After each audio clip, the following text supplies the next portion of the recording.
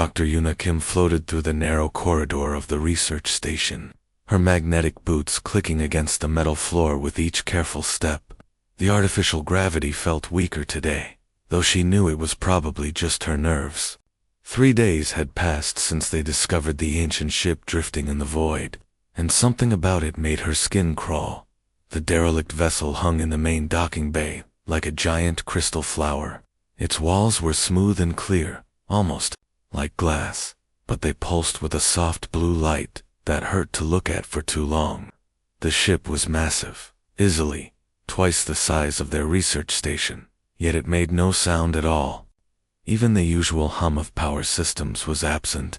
"Any luck with the translation?"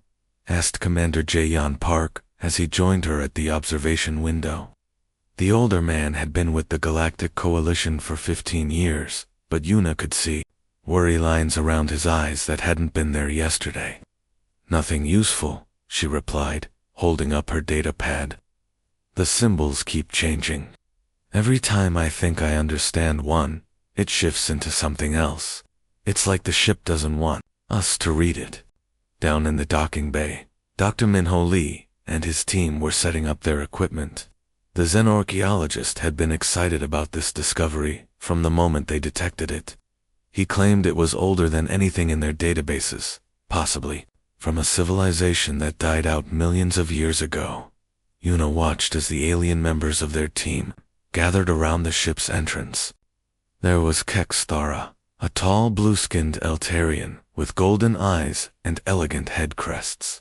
She moved with the grace of her people, each gesture flowing like water. Beside her stood Zordon, one of the crystalline beings from Kepler Prime. His body was made of living stone that glowed with inner light, and when he spoke, his voice sounded like wind chimes. "Beginning hull breach in Sector 7, announced Dr. Lee over the comm system. His voice crackled with static, though all their equipment had been working perfectly until the ship arrived. Yuna pressed her face against the window, watching as the team used plasma cutters to create an opening in the ship's hull. The material didn't burn or melt like normal metal. Instead, it seemed to dissolve, leaving behind a hole with smooth, rounded edges. "That's not right," muttered Commander Park. "Ship hulls don't do that." The first team member to enter was Vexmar, a reptilian researcher from the Draconis system. His scaled hide was naturally resistant to most forms of radiation, making him ideal for dangerous exploration work. He disappeared into the ship's interior, his helmet camera sending back images of corridors filled with the same pulsing blue light. "The interior is completely preserved," Vexmar reported. "No signs of decay or damage. It's like this ship was built yesterday."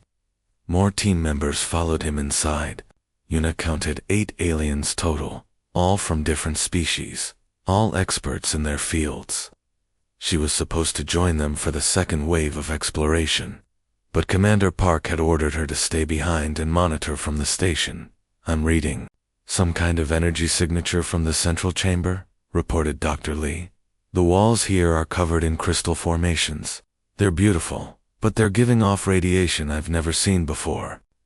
Yuna's instruments began showing strange readings. The ship's energy output was increasing, and the blue light was getting brighter.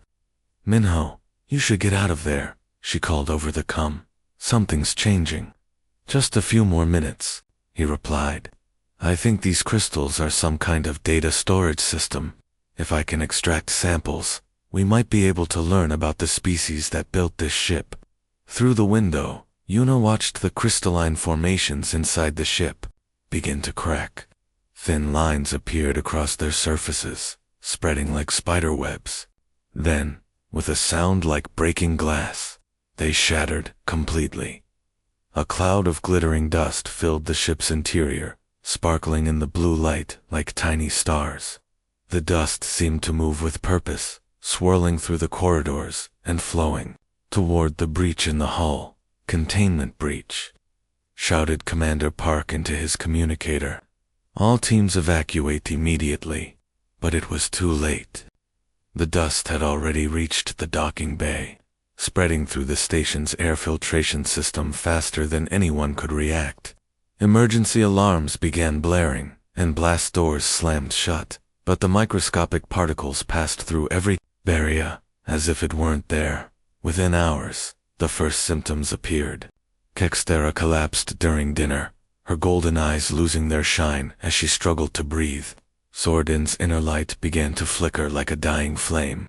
One by one, every alien member of the crew fell ill with the same mysterious condition. You worked frantically in the medical bay, running test after test, but nothing made sense. The alien crew members were dying, their bodies shutting down at the cellular level, yet her own scans showed no signs of infection. She felt perfectly fine while her colleagues suffered through their final hours. "Why am I not sick?" she whispered to herself as she watched Vexmar take his last breath. The proud reptilian warrior had been reduced to a whimpering creature, his scales dulled and cracked. By the end of the week, Yuna Kim was the only living being left on the research station. She sat alone in the communication center, broadcasting her desperate message across the galaxy. While the ancient ship continued to pulse with its haunting blue light, something had awakened after millions of years of sleep, and it was hungry for alien blood. But for some reason she couldn't understand, it had no interest in humans at all. Captain Sunwoo, Han stared at the emergency message flashing on his ship's main screen. Dr. Kim's voice played for the 5th time, each word filled with terror and confusion. Behind him, his crew of 30 humans and aliens worked at their stations, unaware that they were flying toward certain death. "Sir, we're receiving the distress signal from Research Station Omega," reported Lieutenant Kyung-soo from the communications desk. "Should we prepare the medical bay?" Sunwoo nodded, though something cold was growing in his stomach. In 20 years of space service, he had never heard such fear in a scientist's voice. "Tell all ships to maintain full quarantine protocols. No one boards that station without protective suits." The rescue fleet consisted of 5 ships carrying medical teams, scientists, and military personnel from across the galaxy. The crew was mixed, as always, in coalition vessels. Humans worked alongside tall blue-skinned Altarians, crystalline beings from Kepler Prime, and dozens of other species that made up the galactic community. 3 days later, they arrived at the research station. The ancient ship still hung in the docking bay, its blue light now, dim and flickering like a dying star. Through the viewports they could see bodies floating in the corridors, all of them alien species. Only the human survivor is responding to our calls, reported Chief Medical Officer Ji-won Choi as she reviewed the scanner data. Dr. Kim appears to be in good health, but every other life sign has gone dark. The rescue operation began with extreme caution. Teams in full protective gear boarded the station and found Dr. Kim in the communications center, alive but shaken. Around her lay the bodies of her colleagues, their faces frozen in expressions of pain and confusion. "I don't understand it," Dr. Kim told the rescue teams as they evacuated her to the medical ship. "They all died within days, but I never felt sick at all, not even a headache." But the damage was already done. The ancient virus had somehow attached itself to their rescue ship's quantum communication systems. Every time they sent a message back to Coalition headquarters, microscopic particles of the pathogen traveled through subspace along with their transmissions. The first planet to fall was Altair Prime, the jewel of the Altarian Empire. Ambassador Ji-won Choi was visiting her home world when the plague arrived, hidden in a routine status report from the rescue fleet. She watched from her family's crystal palace as the great city below began to change. "The hospitals are overflowing," reported her aide, a young Altarian named Veltar, whose head crests had begun to droop with illness. "The medical centers can't keep up with the number of cases." Within a week, the capital city fell silent. The beautiful spired towers that had housed billions of Altarians now stood empty, their crystal walls reflecting only the light of their dying sun. Gi-won walked through the abandoned streets, her footsteps echoing in the unnatural quiet. She was the only one left alive in a city of the dead. The plague spread faster than anyone could have imagined. Trade routes that had connected the galaxy for thousands of years became highways of death. Merchant ships carried the virus from system to system, their alien crews dying at their posts, while their human passengers remained mysteriously healthy. On the hive world of Zephyr, the collective consciousness that had guided the insect-like species for millennia suddenly went quiet. Dr. Siajin Yoon, a human researcher studying their society, found himself the only witness to the collapse of an entire civilization. The great hive cities, which had buzzed with the thoughts of billions, fell into an eerie silence that hurt to hear. "The Queen is dead," he reported over his emergency beacon, his voice shaking. "All the queens are dead. The workers are just standing there, waiting to die. They don't know what to do without the hive mind to guide them." The crystalline beings of Kepler Prime suffered a different, but equally horrible fate. Their bodies, made of living stone and light, began to crack and crumble. Dr. Minho Lee, who had survived the initial outbreak by pure luck, watched from a human medical ship as entire continents of crystal people simply shattered like broken glass. Within 3 months, 17 major civilizations had gone dark. The proud empires that had ruled the galaxy for thousands of years were reduced to scattered survivors hiding in the ruins of their worlds. Emergency councils met in desperate sessions, but their members kept dying before any solutions could be found. The most disturbing part was the pattern.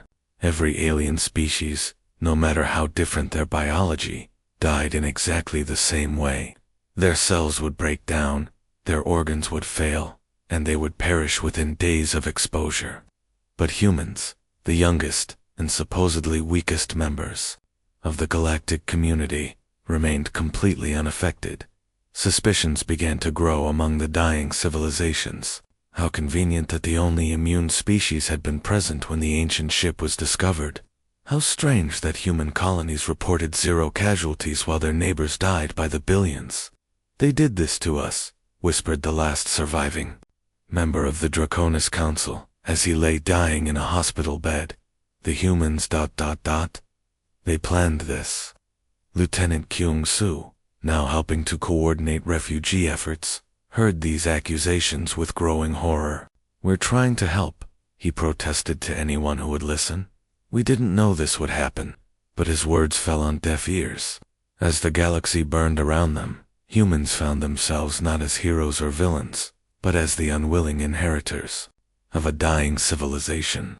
The responsibility was crushing, and the guilt was even worse.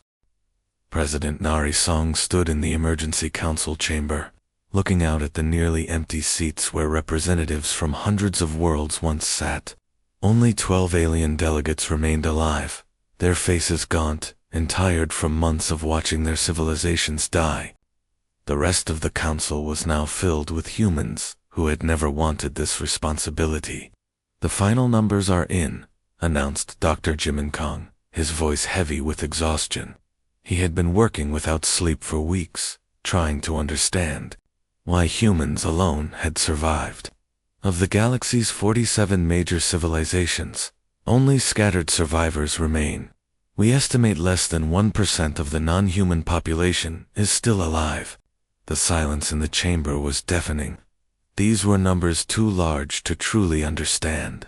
Billions upon billions of sentient beings had died, while humans watched helplessly from the sidelines. "Tell them about the virus," President Song said. Quietly, Dr. Kong activated the holographic display, showing a complex molecular structure that looked like a twisted flower made of light. "We call it the predecessor virus. It's not natural. Someone built this thing millions of years ago as a weapon. It targets a specific DNA sequence that exists in every known intelligent species, except humans." "How is that possible?" asked Zexandra, one of the few surviving Altarian diplomats. Her once golden skin had turned pale gray, and her head crests drooped with sickness and sorrow. "We evolved differently," Dr. Kang explained, switching to a new display showing genetic timelines. "Every other species in the galaxy developed intelligence around the same time, following similar evolutionary paths. But humans came later, much later. We're the newcomers, remember? The species everyone said was too young and primitive to matter. The irony was bitter. For centuries, older civilizations had looked down on humanity as the baby of the galactic community. Human technology was crude, human culture was simple, human history was short. Now that perceived weakness had become their salvation. Commander Taman Lee entered the chamber with his daily report. His uniform was wrinkled and stained from working in the refugee camps that had sprung up on every human world. We're now housing 53 million alien survivors across our colonies, he said. Food supplies are holding, but medical care is becoming a problem. We don't have enough doctors who understand alien biology. The human colonies, once quiet backwater settlements, had become the last safe harbors in a dying galaxy. Earth's moon bases were overflowing with Altarian refugees. Mars colonies had been converted into hospital ships for the crystalline survivors from Kepler Prime. Even the mining stations in the asteroid belt were housing families of the insect-like Zephyrians who had lost their hive minds. Our supply. Ships report increasing desperation in the outer systems, continued Commander Lee. Some worlds are completely empty now. Others have small groups of survivors fighting over what's left. Without government or trade networks, civilization is breaking down fast. President Song rubbed her temples, feeling the weight of an entire galaxy pressing down on her shoulders. What about the accusations? Are they still blaming us? Less than before, admitted Zexandra. Most survivors now understand that humans are trying to help. But there are still those who believe this was planned. They say it's too convenient that only humans survived. The conspiracy theories hurt more than the dying aliens knew. Every human leader had lost alien friends and colleagues to the plague. Dr. Yuna Kim still woke up screaming from nightmares about watching her research team die. Captain Sun Wuhan had requested transfer to a desk job because he couldn't handle flying past dead worlds anymore. The hardest part, said Admiral Sun, apart from his command ship orbiting what used to be the Draconis homeworld, is that we have to keep going. Someone has to maintain the trade routes, patrol the systems, keep the remaining governments from falling apart completely. But we're not trained for this. We were explorers and scientists, not galactic police. Human fleets now patrolled territories that had once belonged to mighty empires. Young human officers found themselves making decisions that affected the survival of entire species. Mining ships from Earth were keeping alien colonies supplied with basic necessities. Human doctors were learning alien medicine through trial and error, often too late to save their patients. The psychological toll was enormous. Dr. Seo Jin-yoon, the researcher who had witnessed the fall of the Zephyrian hive mind, now ran counseling sessions for human survivors dealing with guilt and trauma. We feel responsible, he explained to a gathering of colony administrators. Even though we know it's not our fault, we can't shake the feeling that we should have done something to prevent this. Children born on human worlds after the plague would grow up in a galaxy where their species was the dominant power. But it was a power earned through tragedy rather than achievement.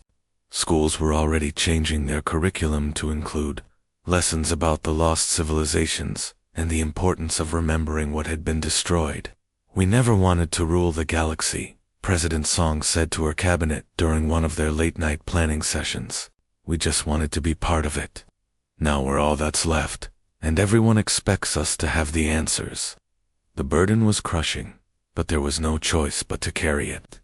Human colonies became centers of learning where the few surviving aliens could teach humans about their cultures before they were lost forever.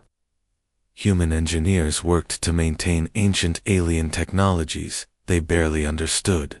Human diplomats mediated disputes between survivor groups who spoke languages that were dying with their speakers.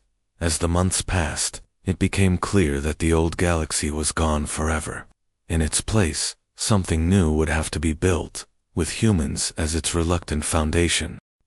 Captain Hai Sung-woo checked her ship's shields for the 100th time as they approached the galaxy's core. The readings made her stomach twist with fear. Ahead of them, lay the most dangerous region of space known to any living being, protected by defense systems that had destroyed every ship foolish enough to venture too close. The automated weapons are still active after all these millions of years, reported Engineer Doyon Park from his station. His hands moved quickly over the control panels, trying to find weaknesses in the ancient defense grid. I count at least 50 orbital platforms, each one bigger than our largest battleships. Dr. Yuna Kim floated beside the captain's chair, studying the sensor readings with tired eyes. She had volunteered for this mission despite the protests of her colleagues back on Earth. Too many people had died while she watched helplessly. This was her chance to finally do something useful.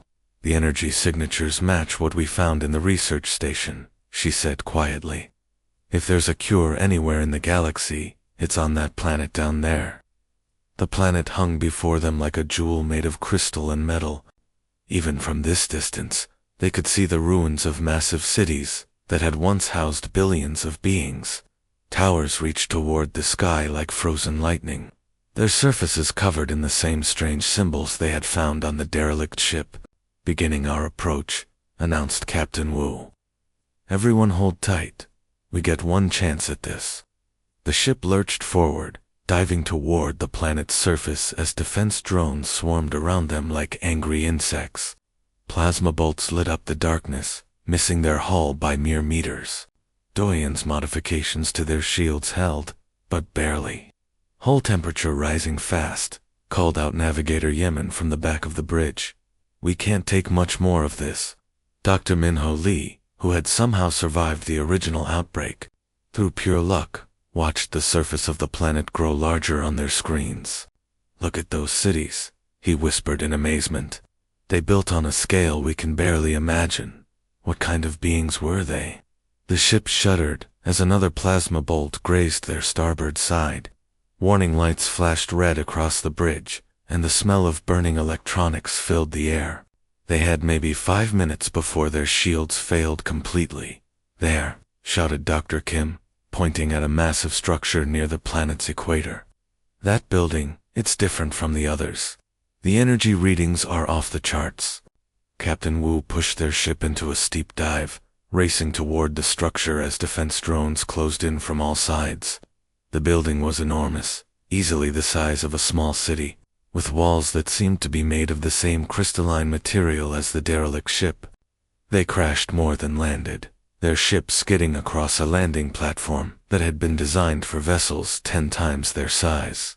Sparks flew as metal scraped against stone, and the air filled with the screech of tearing hull plates. Everyone alive? Asked Captain Wu, as the ship finally came to a stop. Barely, groaned Doyen, pulling himself out from under a fallen instrument panel. But we're down, and the defense systems seem to have stopped firing at us. The team gathered their equipment and stepped out onto the planet's surface. The air was thin but breathable, filled with a strange, sweet smell that reminded Dr. Kim of flowers left too long in the sun. Above them, the crystalline towers of the ancient city stretched toward a sky filled with 2 purple moons. This way, said Dr. Lee, following his scanner readings toward the heart of the massive building. The energy source is coming from deep underground. They walked through corridors that had been empty for millions of years. The walls were covered in murals showing tall, graceful beings with 4 arms and faces like carved marble. In the pictures, these creatures worked together to build great machines and beautiful cities. But the later murals showed something different. Fear, death, and finally, empty cities under dark skies. They destroyed themselves, whispered Dr. Kim as she studied the final mural. It showed the 4-armed beings lying dead in their streets, while their great machines continued to work without them. They created the virus, but it turned on them too. The energy source led them to a vast underground chamber filled with more crystalline formations, but these crystals were different from the ones that had released the plague. They pulsed with golden light instead of blue, and the air around them felt warm and comforting. These contained the cure, announced Dr. Kim after running her scanner over the formations. The genetic template for an antiviral agent. But there's something else here too. She pointed to a series of smaller crystals arranged in a perfect circle around the larger formations. Her scanner was showing readings she had never seen before, patterns that looked almost like DNA, she breathed. But not from any species I know. This is something completely different. Dr. Lee joined her at the scanner, his face growing pale as he read the results. Yuna, this isn't just any DNA. Look at the base sequences. This is human genetic material. The realization hit them like a physical blow. The cure existed, and it was right here in front of them. But creating it would require something that only humans could provide. Their own genetic material would have to be used as a stabilizing agent. We can save them, Dr. Kim said quietly. We can save everyone who's left. But we'll need volunteers from across the galaxy. Humans willing to donate their DNA to manufacture the cure, as they prepared to return to their damaged ship with the precious genetic templates. None of them realized they had just discovered humanity's true destiny in the galaxy. Dr. Hannah Lim watched the last batch of antiviral treatments roll down the production line in the medical facility on New Geneva. Each vial contained hope mixed with human DNA, a cure that had cost her people more than anyone could have imagined.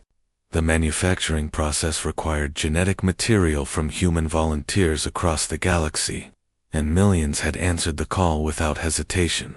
The Altarian recovery rate is now at 87%, reported Dr. Junho Kim, checking his datapad with tired but satisfied eyes. The survivors are responding better than we hoped.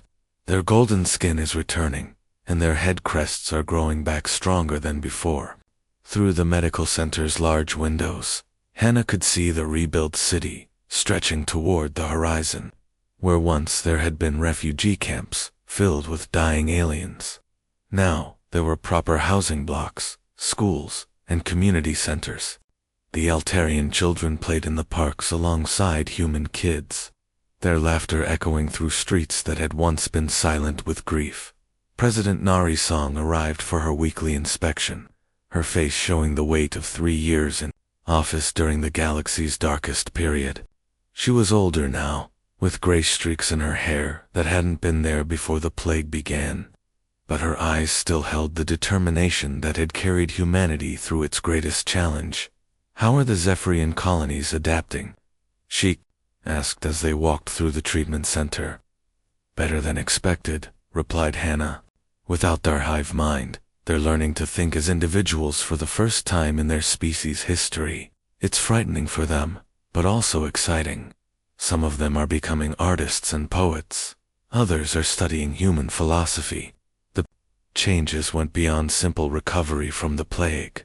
The galaxy itself had been transformed by the catastrophe.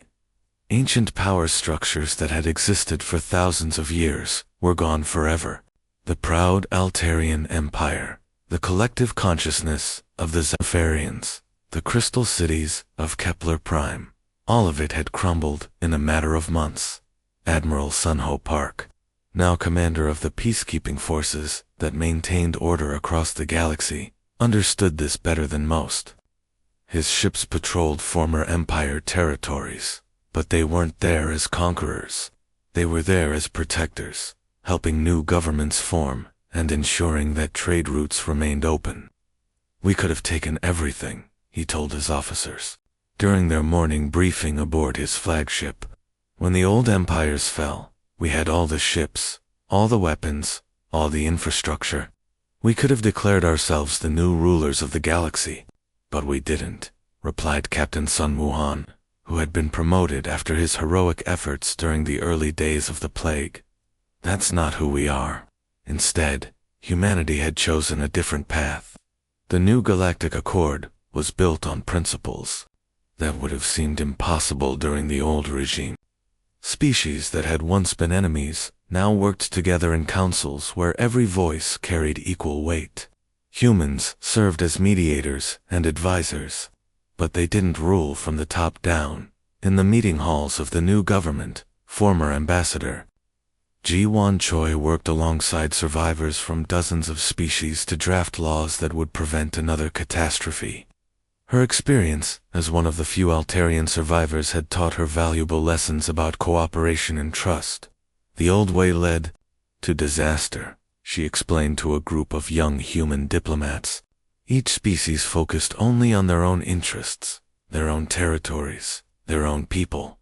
We built walls instead of bridges. When the plague came, those walls couldn't protect anyone. The new system wasn't perfect. There were still conflicts between survivor groups, still arguments about resource allocation and territorial boundaries. But now these disputes were settled through discussion rather than warfare. Human peacekeepers carried medical supplies alongside their weapons, and their primary mission was to heal rather than harm. Dr. Yuna Kim, now director of the Galactic Disease Control Center, worked tirelessly to ensure that something like the predecessor virus could never threaten the galaxy again. Her team studied ancient ruins across known space, cataloging potential threats and developing countermeasures. We found 17 more predecessor sites this month, she reported during the quarterly council meeting. All of them have been safely contained and studied. The weapons they left behind are being neutralized one by one. The process of rebuilding had taught everyone valuable lessons. The Altarians, once proud and isolated, now shared their advanced crystal technology freely with other species. The Zephyrians, learning to think as individuals, brought new perspectives to problems that had seemed impossible to solve. Even the crystalline beings from Kepler Prime, whose numbers had been reduced to mere hundreds, contributed their unique understanding of quantum mechanics to help develop faster-than-light communication systems. Children born after the plague grew up in a galaxy very different from the one their parents had known. Human schools taught the history of the lost civilizations, alongside mathematics and science.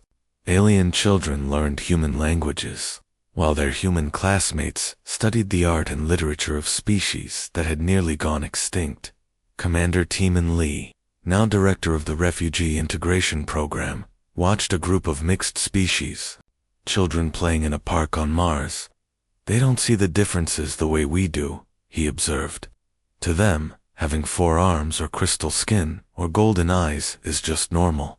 As the years passed, it became clear that humanity's role in the galaxy had changed forever. They weren't the youngest or weakest species anymore. They were the guardians, the peacekeepers, the ones who remembered that true strength came not from the ability to destroy, but from the choice to protect and nurture life in all its forms. The galaxy would never return to what it had been before the plague. But perhaps, thought President Song as she looked out at the stars from her office window, that was exactly what it needed.